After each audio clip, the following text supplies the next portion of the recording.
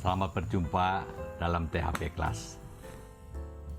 THP Class kali ini ingin melengkapi penjelasan tentang manajemen dan administrasi hukum yang disampaikan pada akhir THP Class minggu lalu dengan topik kaji ulang Omnibus Law.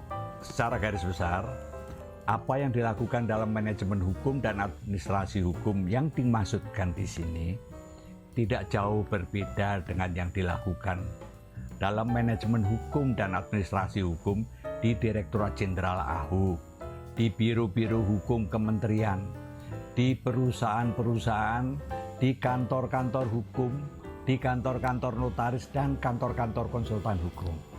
Yang membedakan manajemen hukum dan administrasi hukum yang satu dengan lainnya adalah tujuan yang hendak dicapai. Perbedaan tujuan dan upaya untuk mencapai tujuan tersebut tentunya akan mempengaruhi karakter setiap kegiatan yang dilakukan di masing-masing manajemen hukum dan administrasi hukum. Tujuan manajemen hukum dan administrasi hukum di biro-biro hukum kementerian adalah untuk mendukung pelaksanaan tugas pokok dan fungsi kementerian. Demikian juga halnya dengan tujuan manajemen hukum dan administrasi hukum di perusahaan-perusahaan, di kantor-kantor hukum, di kantor-kantor notaris, dan di kantor-kantor konsultan hukum adalah untuk mendukung jalannya organisasi dan tata laksana kelembagaan yang bersangkutan. Tujuan manajemen hukum dan administrasi hukum yang disampaikan saat ini diarahkan untuk mendukung pemerintah dalam mengatasi masalah hiperregulasi serta dalam melaksanakan urusan penyelenggaraan negara dan urusan pemerintahan. Hiperregulasi yang dijadikan landasan hukum untuk melaksanakan urusan penyelenggaraan negara dan urusan pemerintahan banyak berkaitan dengan sumber daya alam, sumber daya manusia, dan sumber daya buatan. Sumber daya buatan adalah keseluruhan hasil karya manusia, termasuk iptek, hukum dan kelembagaan, serta administrasi negara dan administrasi bisnis.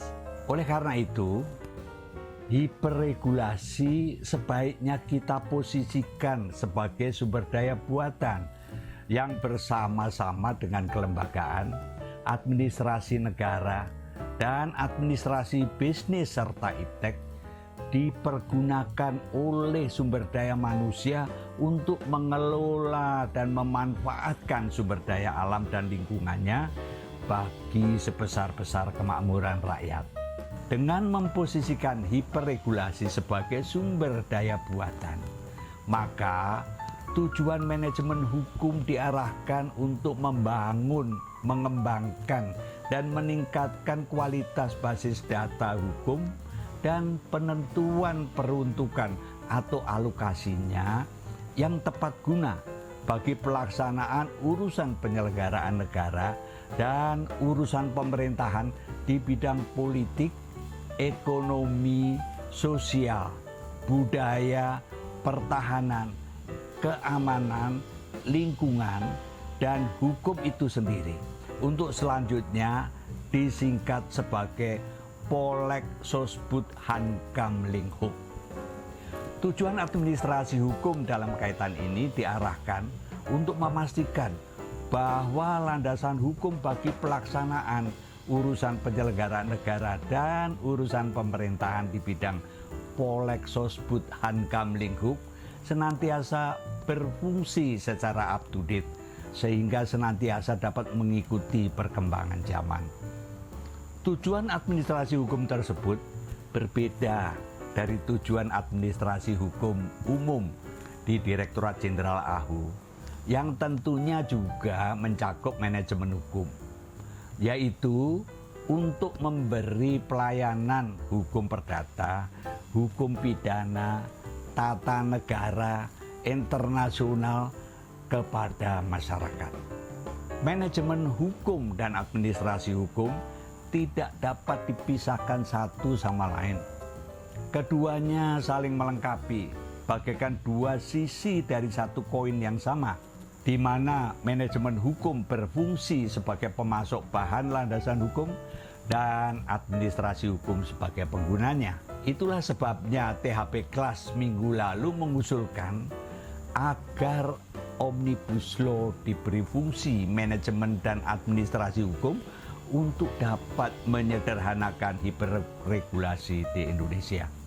Dalam rangka penyederhanaan hiperregulasi tersebut, manajemen dan administrasi hukum diartikan sebagai proses pengambilan keputusan secara sadar untuk mengalokasikan hukum dalam ruang dan waktu dan dalam waktu tertentu secara berkelanjutan guna mewujudkan tujuan-tujuan manajemen dan administrasi hukum yang telah ditetapkan.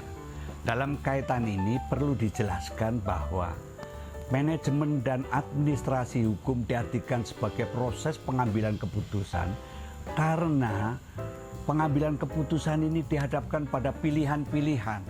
Pilihan karena adanya keterbatasan pendanaan, keterbatasan waktu, keterbatasan sumber daya manusia, maka kita harus ambil keputusan. Dan keputusan tadi harus diambil secara sadar.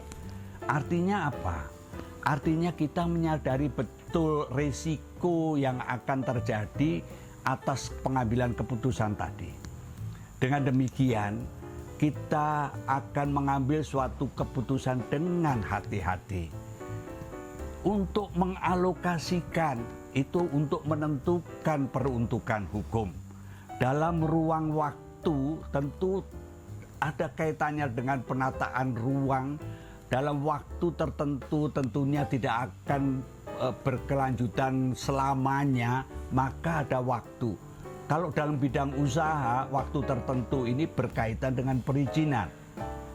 Dan secara berkelanjutan tentu ada persyaratan-persyaratan yang harus dipenuhi supaya dia bisa continuous, bisa berlanjut, bisa sustainable guna mewujudkan tujuan-tujuan manajemen dan administrasi hukum yang telah ditetapkan. Proses pengambilan keputusan tersebut dilakukan dengan memperhatikan iptek, hukum dan kelembagaan, serta administrasi negara dan administrasi bisnis. Proses pengambilan keputusan tersebut lazim dilakukan di dalam kegiatan POEK, Planning, Organizing, Actuating, dan Controlling, atau PDCA, Plan, Do, Check, and Action, di mana PO dalam POAC, dalam POEK, atau P dalam PDCA merupakan fungsi manajemen hukum. Sedangkan AC atau DAC merupakan fungsi administrasi hukum. Poin tersebut mencakup komponen-komponen kegiatan manajemen dan administrasi hukum yang terdiri dari basis data dan informasi yang diberi label DI, kajian hukum dan sumber daya yang diberi label KS, perumusan daya dukung dan daya tampung yang diberi label DT, dan alokasi hukum yang diberi label AL. Sebagai keseluruhannya sebagai fungsi-fungsi manajemen hukum, yaitu PO, serta pemanfaatan dengan label PM, pengolahan hukum dengan label PP, pengaplikasian hukum dengan label PH, dan monitoring dan evaluasi dengan label ME sebagai fungsi administrasi hukum AC. Ruang lingkup komponen-komponen kegiatan manajemen dan administrasi hukum adalah sebagai berikut. DI adalah basis data yang berisi data hukum yang mengatur sumber daya alam, sumber daya manusia, dan sumber daya buatan beserta lingkungannya yang dihimpun dari berbagai sumber data di berbagai instansi, baik pemerintah maupun swasta. KS adalah kajian terhadap data hukum yang terhimpun di dalam basis data untuk mengetahui kapasitas potensial atau potential capacity dari hukum. Kajian tersebut melibatkan kegiatan penafsiran, penalaran, argumentasi, dan harmonisasi hukum terhadap unsur-unsur hukum dan kelembagaan dan komponen-komponen kegiatan manajemen dan administrasi hukum. DT adalah pengolahan kapasitas potensial tadi untuk menghasilkan daya dukung atau carrying capacity dan daya tampung atau absorptive capacity dari hukum dalam rangka mendukung dan menampung kegiatan-kegiatan pelaksanaan urusan penyelenggaraan negara dan urusan pemerintahan di bidang Polek Sosbud Hankam Linghup. AL adalah analisis terhadap daya dukung dan daya tampung untuk menentukan peruntukannya. Bagian mana dari daya dukung dan daya tampung yang cocok untuk diperuntukkan bagi kegiatan politik, dan bagian mana lagi yang sesuai untuk diperuntukkan bagi kegiatan ekonomi, sosial, budaya, pertahanan, keamanan, lingkungan, dan hukum. PM adalah pemilihan hukum yang telah dialokasikan guna dimanfaatkan sebagai bahan pembentukan dan pengembangan landasan hukum yang dibutuhkan sesuai dengan salah satu dari kegiatan Polek Sosbud Hankam Linghup. PP adalah pengolahan bahan landasan hukum yang dipilih untuk disesuaikan dengan perkembangan tugas pokok dan fungsi serta organisasi dan tata laksana dari lembaga pelaksana salah satu dari kegiatan-kegiatan Polek Sosbud Hankam Linghup. PH adalah pengaplikasian landasan hukum untuk membuahkan hasil yang mencerminkan pencapaian tujuan yang telah ditetapkan. ME adalah monitoring dan evaluasi untuk menyempurnakan proses responsif sinergi dan linear sinergi demi hasil kegiatan yang semakin baik di masa yang akan datang. Secara konseptual, manajemen dan administrasi hukum ini dilaksanakan berdasarkan data hukum terbaik yang tersedia di dalam suatu basis data. Jadi, basis data harus dibangun terlebih dahulu dengan menggunakan seluruh peraturan perundang-undangan yang membentuk hiperregulasi. Basis data DI tersebut diorganisir sedemikian rupa sehingga manajemen dan administrasi hukum sumber daya dapat dilaksanakan untuk menyederhanakan hiperregulasi serta untuk mendukung pelaksanaan urusan penyelenggaraan negara dan urusan pemerintahan di bidang Polek Sosbud Hankam Linghup. Bila basis data DI sudah siap, maka komponen-komponen kegiatan manajemen dan administrasi hukum dapat dilaksanakan dengan mekanisme keterpaduan timbal balik atau responsif sinergi dan keterpaduan linier atau linier sinergi. KS dengan menggunakan data dari DI melakukan kajian sumber daya hukum dan hasil kajian berupa data tentang kapasitas potensial dari hukum dimasukkan kembali ke dalam DI. Data kapasitas potensial dari hukum yang ada di DI dipergunakan oleh DT untuk menghitung daya dukung dan daya tampung hukum. Data tentang daya dukung dan daya tampung hukum tersebut kemudian dimasukkan kembali oleh DT ke dalam basis data DI. Data DT yang tersimpan di dalam DI akan dimanfaatkan oleh AL untuk menentukan peruntukan atau alokasi hukum, dan data alokasi tersebut akan dimasukkan kembali oleh AL ke DI. Hukum yang sudah dialokasikan dan tersimpan di dalam DI akan diambil oleh PM untuk dijadikan bahan siap olah bagi PP. Data tentang bahan hukum siap olah yang tersedia di DI akan dipergunakan oleh PP untuk diolah menjadi bahan hukum siap aplikasi. Data tentang bahan hukum siap aplikasi yang ada di DI akan diambil oleh PH guna diaplikasikan.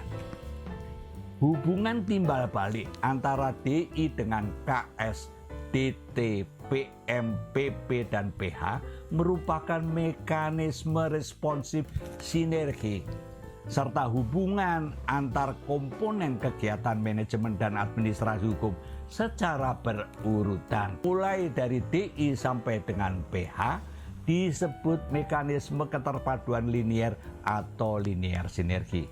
Cara kerja mekanisme responsif sinergi dan linear sinergi beserta hasilnya selalu dimonitor dan dievaluasi oleh ME untuk menjamin peningkatan kualitas manajemen dan administrasi hukum secara berkelanjutan.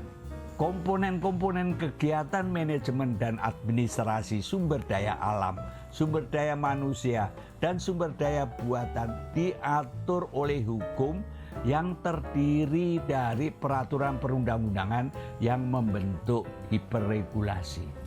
Setiap peraturan perundang-undangan yang mengatur sumber daya mengandung unsur-unsur hukum dan kelembagaan yang terdiri dari tujuan, mandat hukum, SDM, pimpinan, sarana, prasarana, jejaring kerja, mekanisme kerja, dan hasil kerja.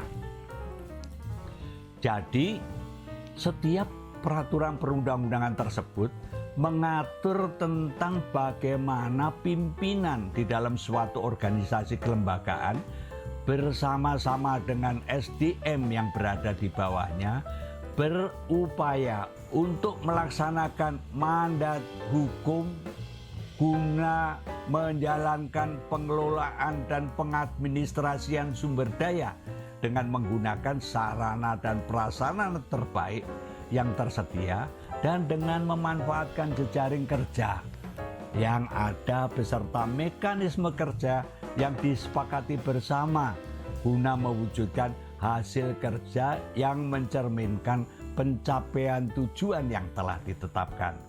Keterpaduan unsur-unsur hukum dan kelembagaan serta komponen-komponen manajemen dan administrasi sumber daya dapat diupayakan melalui penafsiran hukum untuk menemukan dan mengkonstruksi hukum, penalaran hukum agar hasil penafsiran hukum senantiasa sesuai dengan cita moral yaitu kebenaran, cita masyarakat yaitu keadilan, dan cita hukum yaitu kepastian, serta argumentasi hukum yang rasional, harmonisasi hukum, dan akhirnya kodifikasi hukum.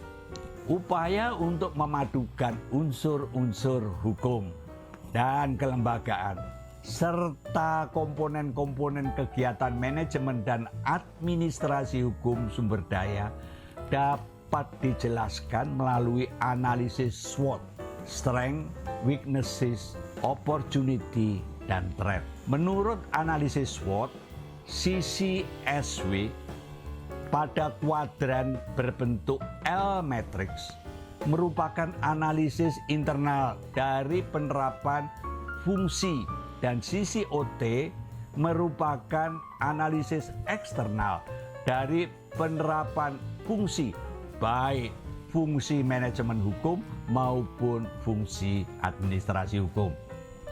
Penerapan fungsi manajemen hukum dengan strategi SO warna merah merupakan penerapan fungsi administrasi hukum dengan strategi WT warna biru, di mana penerapan fungsi administrasi hukum memerlukan basis data dan alokasi hukum yang dihasilkan dari penerapan fungsi manajemen hukum. Sebaliknya, penerapan fungsi administrasi hukum dengan strategi SO warna biru merupakan penerapan fungsi manajemen hukum dengan strategi WT warna merah, di mana penerapan fungsi manajemen hukum mengharapkan masukan data sebagai hasil monitoring dan evaluasi dari penerapan fungsi administrasi hukum untuk memperkuat basis data.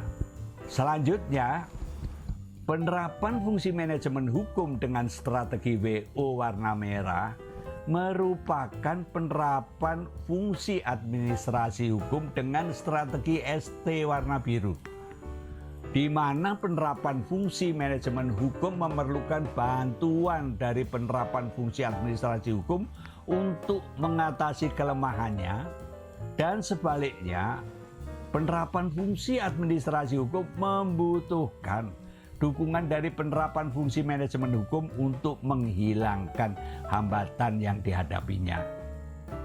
Demikian juga halnya dengan penerapan fungsi administrasi hukum dengan strategi WO warna biru merupakan penerapan fungsi manajemen hukum dengan strategi ST warna merah, di mana penerapan fungsi administrasi hukum memerlukan bantuan penerapan fungsi manajemen hukum untuk mengatasi kelemahannya, dan sebaliknya penerapan fungsi manajemen hukum membutuhkan dukungan dari penerapan fungsi administrasi hukum untuk menghilangkan hambatan yang dihadapinya.